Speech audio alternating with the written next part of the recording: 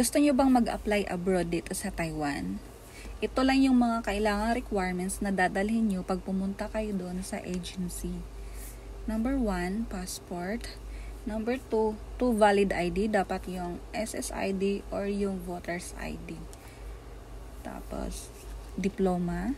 Certificate of marriage contract kung may asawa kayo. At yung resume.